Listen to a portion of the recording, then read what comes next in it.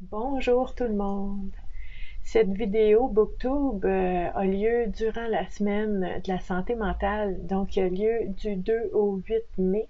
Donc on est le vendredi dans la semaine de la santé mentale et j'ai lu pour vous le livre de Nicole Bordelot, un magnifique livre, L'art de se réinventer. On voit Nicole, c'est bien de savoir qui on lit, donc beau visage, accueillant. Donc vraiment une femme à découvrir si vous ne connaissez pas Nicole Bordelot. Allez voir ça. Donc son livre, c'est vraiment un coffre au trésor avec plein de petites pépites dedans. Il y a vraiment plusieurs thématiques dans ce livre-là, toujours en lien avec l'art de se réinventer. Donc, il y a plein de thématiques, là. Je veux pas toutes vous les nommer, mais elle parle de transformation dans ce livre-là, de confiance, de patience, de lâcher prise. Elle parle de la présence, de la méditation, du courage, de l'espoir. Elle parle de pardonner. Elle parle de la joie, de la liberté, de la sagesse. Elle parle de la gratitude et de la paix. Donc, l'art de se réinventer. Et dans ce livre-là, Nicole Bordelot nous partage aussi vraiment des moments difficiles de sa vie. Elle a vécu des gros défis, des situations vraiment difficiles, éprouvantes, et elle a trouvé la paix à travers ça. Elle n'a pas cherché et trouvé la paix en dehors. Elle a découvert que si elle revenait à l'intérieur et qu'elle était centrée en soi, en alignement avec elle-même, avec ses valeurs, avec ce qui est important pour elle, mais c'est là qu'on découvre la paix. Donc, c'est vraiment très beau. Puis l'art de se réinventer aussi, Nicole Bordelot nous parle de cette possibilité qui est là de pouvoir être des êtres créateurs, de pouvoir co-créer dans notre vie, de pouvoir un petit peu changer notre quotidien, le cours de notre vie, pas par magie, avec vraiment des efforts. Hein? C'est du travail sur soi, c'est du développement personnel, c'est d'apprendre à se connaître, mais c'est possible. Puis là, vous voyez encore le festival des post-it ici. Donc, je suis allée vous chercher certains extraits que je trouvais beaux. Puis le premier extrait, en fait, je vais vous le lire parce que ça met la table. Ça explique un petit peu à quoi vous pouvez vous attendre dans ce livre-là. Puis il faut dire, c'est vraiment un beau gros livre. Donc, ici, à la page 12, quand on parle de se réinventer, c'est quoi? Donc, on se lève le matin et déjà une longue liste de choses à faire nous attend. Dans la journée sans cesse à la course, on a l'impression de faire mille et une choses en même temps, mais la liste, elle, continue de s'allonger. C'est jamais fini. Les responsabilités à assumer, les problèmes à résoudre, les horaires à respecter, les performances à accomplir nous gardent perpétuellement prisonniers de l'angoisse de manquer de temps. Le soir venu, pour oublier sa journée, on s'installe devant un roman, la télé ou l'ordinateur. Sur l'écran, on se laisse emporter passivement par une image déformée de la réalité qui s'offre à soi sur les réseaux sociaux. Lorsqu'on ferme l'ordinateur, le téléviseur, qu'on range le magazine ou le roman, on a soudainement une pointe d'angoisse face à notre propre vie. On a l'impression que celle des autres est tellement plus excitante que la nôtre. Devant cette constatation, on se laisse séduire par le rêve d'une autre existence. Ne sachant comment s'y prendre, on se laisse influencer par des images biaisées du bonheur. On s'imagine alors qu'une nouvelle coupe de cheveux, une voiture sport, une promotion au travail, une plus grande maison, une nouvelle relation donnerait une nouvelle orientation à notre existence. On prend un rendez-vous chez le coiffeur, on postule pour un autre emploi, on visite des maisons avec un courtier immobilier, en croyant que tout cela nous rendra plus heureux. Et quelques mois plus tard, lorsque la coupe de cheveux est passée mode, que la vaste maison ou la promotion ne fait qu'augmenter notre stress, que notre nouvelle relation amoureuse ressemble plus ou moins à l'ancienne, nous sommes de retour à la case départ. Mais comment fait-on pour changer sa vie? Comment faire pour se libérer de ses habitudes, pour dépasser ses angoisses existentielles? Comment accéder à cette excitante aventure de se réinventer? Quel est le premier pas à faire pour y parvenir? Cette période de questionnement bien qu'inconfortable est essentielle. Se questionner sur le sens de sa vie, c'est un premier pas vers une transformation intérieure. Nous avons la capacité de nous réinventer sans avoir à tout chambarder autour de nous. Intéressant. On peut se réinventer sans tout changer, sans tout bousculer. On peut garder certains points de repère. On ne va pas bulldozer au travers de notre vie, là. Nous pouvons tous faire l'expérience d'une réinvention de nous-mêmes sans changer notre apparence physique, sans quitter notre emploi, sans quitter notre maison, sans quitter nos relations. Autrement dit, le point de départ, c'est soi-même. Si vous scrutez très attentivement le monde autour de vous, vous verrez que la vie se réinvente continuellement. Dans la nature, rien ne se répète. À chaque instant, tout est frais. Tout est nouveau. Chaque jour, la vie se transforme et chaque jour, elle nous fait la même invitation, celle de nous réinventer avec elle. Ça donne le goût, hein? Moi, quand j'ai lu ça, j'ai dit « Oh, ça va être le fun à lire, ce livre-là! » Donc, c'est vraiment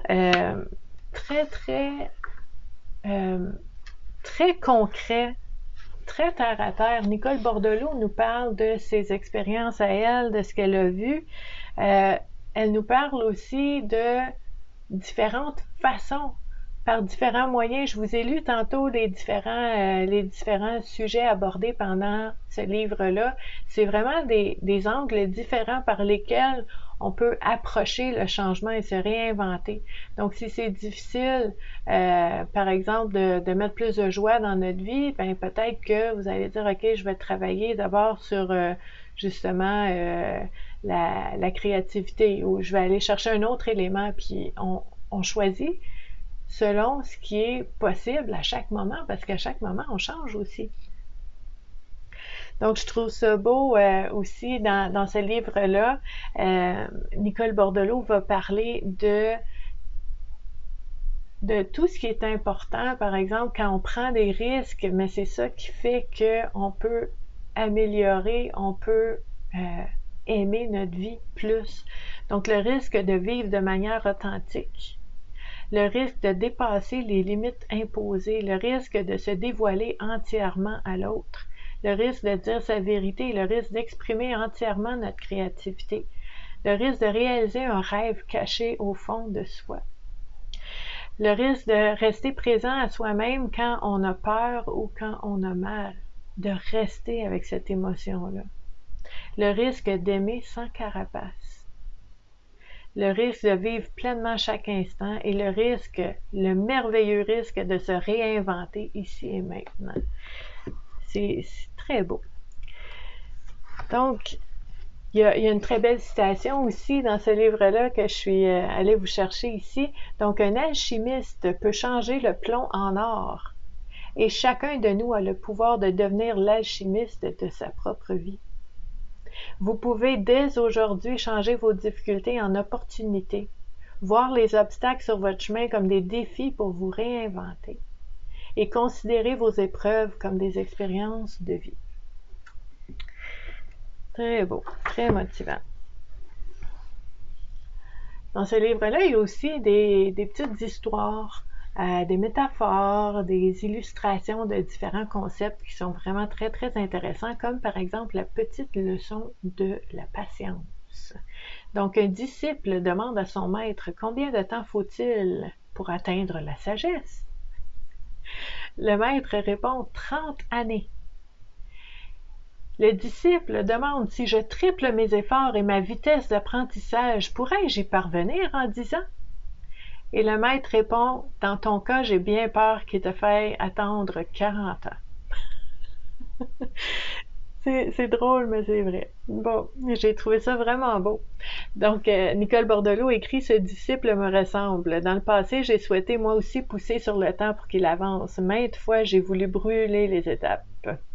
Pour arriver plus rapidement au but que je m'étais fixé, j'ai précipité des événements ou bousculé des gens. Chemin faisant, je n'ai récolté que des conflits et de piètres résultats.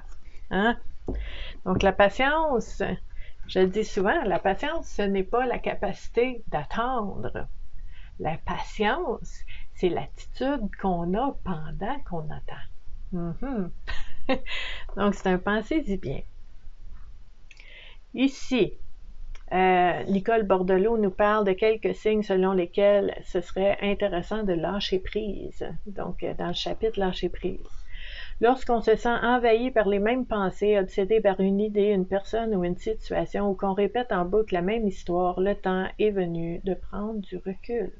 Lorsqu'on lutte en permanence contre la réalité et qu'on perd petit à petit le contrôle de sa vie, c'est le moment de lâcher prise. Lorsqu'on doit se battre corps et âme pour retenir quelque chose ou quelqu'un, le message est clair. Il faut lâcher prise. Lorsqu'on vit au quotidien en mode combat, qu'on nage constamment à contre-courant, on doit lâcher prise. Donc, c'est vraiment, elle nous nomme plusieurs situations où est-ce que c'est pas notre premier instinct, puis c'est pas ça qu'on veut faire, de lâcher prise, mais souvent c'est ça qui est la meilleure chose à faire pour pouvoir aller cultiver un petit peu de sérénité, d'avoir la paix, de prendre du recul et de choisir autrement à l'avenir, se libérer un petit peu. Donc, il ne faut pas voir dans le lâcher-prise une forme de résignation, mais plutôt un moyen de cultiver la sérénité et la paix de l'esprit. Lâcher-prise n'est pas un geste banal ni radical, mais c'est une étape cruciale dans tout processus de transformation intérieure. Donc, on revient souvent à la transformation dans ce livre-là parce qu'on parle de se réinventer. Donc, on parle de transformation.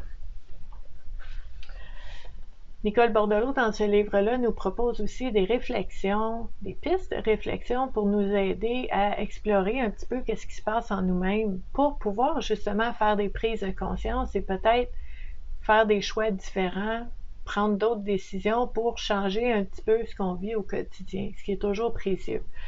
Une de ces pistes de réflexion-là que j'ai beaucoup aimée, c'est quand Nicole Bordelot parle de pouvoir, puis elle nous propose, fermez les yeux un instant, prenez de longues respirations et demandez-vous à votre tour, y a-t-il une peur du passé qui continue de dicter ma conduite aujourd'hui et de me limiter dans mes choix de vie aujourd'hui? Puis juste de voir qu'est-ce qui émerge de ça. Donc, une petite réflexion qui peut nous aider à voir plus clair et de changer des choses potentiellement. Un autre élément que j'ai beaucoup aimé dans ce livre-là, parce que ça rejoint vraiment beaucoup une approche que j'utilise beaucoup pour moi-même, mais aussi pour les personnes que j'accompagne, c'est enfin, sortir du pourquoi. Arrêter de se torturer avec pourquoi c'est comme ça, pourquoi c'est arrivé, pourquoi j'y arrive pas, pourquoi c'est difficile, pourquoi moi, pourquoi là, ça n'a rien de bon, ça fait mal. Ça fait mal, puis ça nous fait tourner en rond dans un petit carcan où est-ce qu'on n'est pas bien. Donc, Nicole Bordelot a un truc qu'elle nous propose, dont je vous parle assez régulièrement aussi sur la communauté Vivre à coup de cœur, c'est qu'on va remplacer pourquoi par comment. Comment c'est plein de possibilités. Comment c'est ouvert. Donc, elle nous dit, un jour, la révélation a eu lieu en elle. Alors que je me posais une fois de plus l'éternelle question « Pourquoi ?» J'ai reçu cette réponse en méditant. Ne demande pas pourquoi, demande plutôt comment. Comment? Comment puis-je traverser cette épreuve? Comment puis-je aider mon corps à combattre cette maladie? Comment puis-je mieux prendre soin de moi? Comment puis-je trouver les personnes ressources qui vont me guider vers la santé, vers une situation que j'aimerais mieux? Comment ça ouvre les possibilités? Donc, pourquoi ça aide pas? C'est la première question qui vient à l'esprit, mais c'est celle qui nous fait tourner en rond. Comment ça amène des options, ça amène des réponses, ça amène des possibilités. Donc, c'est vraiment, vraiment très, très beau. Un autre élément, puis là, écoutez, ce livre-là, il était rempli de post-it au début, je peux pas tout vous le raconter, là, parce que, bon, j'espère que vous allez le lire, c'est vraiment très précieux, mais je pouvais pas terminer ce booktube-là sans vous parler, en fait, de un petit extrait qui parle de comment on ne peut pas se fuir soi-même, peu importe où on va, puis qu'est-ce qu'on fait. Ça, c'est très important aussi comme prise de conscience. Donc, Nicole Bordelot écrit un jour où je m'apitoyais sur mon sort et qu'une fois de plus, je devais déménager et me trouver un nouvel emploi. J'ai dû faire face à la réalité. Où tu vas, tu es. J'aurais pu passer ma vie à faire mes bagages, à déménager d'appartement en appartement et fuir au bout de la terre. J'aurais pu m'investir dans une autre carrière ou dans une aventure amoureuse. Il reste que les mêmes pensées m'auraient suivi et torturé partout, ici ou ailleurs. Partout où j'irai, je ne pourrais pas me fuir. Où que j'aille, c'est moi que je vais rencontrer. Hey, s'il y a quelque chose de puissant dans la vie, quand on réalise ça, là, je dirais dans une vie, il y a plusieurs moments charnières, il y a plusieurs moments qui changent complètement notre vision des choses, puis ça, c'est un. Cette prise de conscience-là, c'est tellement, tellement précieux. Et je vous dirais, oui, c'est la semaine de la santé mentale cette semaine, mais en tout temps, si ça vous tente de lire un livre qui va vraiment vous aider à... Tu sais, on vous dit pas quoi faire dans ce livre-là. On vous laisse libre de faire des prises de conscience, de faire vos réflexions, de voir des choses, mais il y a vraiment des outils, des trucs, puis aussi beaucoup de... Tu sais, il en ressort beaucoup d'espoir. Donc, L'art de se réinventer de Nicole Bordelot, que j'ai lu et que je vous présente. Puis je veux juste vous dire, petite parenthèse, pour ceux qui aiment ça, ben Nicole Bordelot aussi fait un jeu de cartes, l'art de se réinventer. Donc c'est un jeu de cartes, c'est super beau parce que tu peux mettre ta carte ici pour l'avoir en tout temps quand tu en as besoin, et juste pour vous montrer, tant qu'à faire. Puis demandez-vous pas quel jeu on va utiliser dimanche prochain, ça sera celui-là. Donc, il y a un petit livret, mais c'est vraiment là, on vous donne pas de réponse toute faite là-dedans, on vous aide à réfléchir. Puis il y a vraiment les différents thèmes qu'on retrouve dans le livre.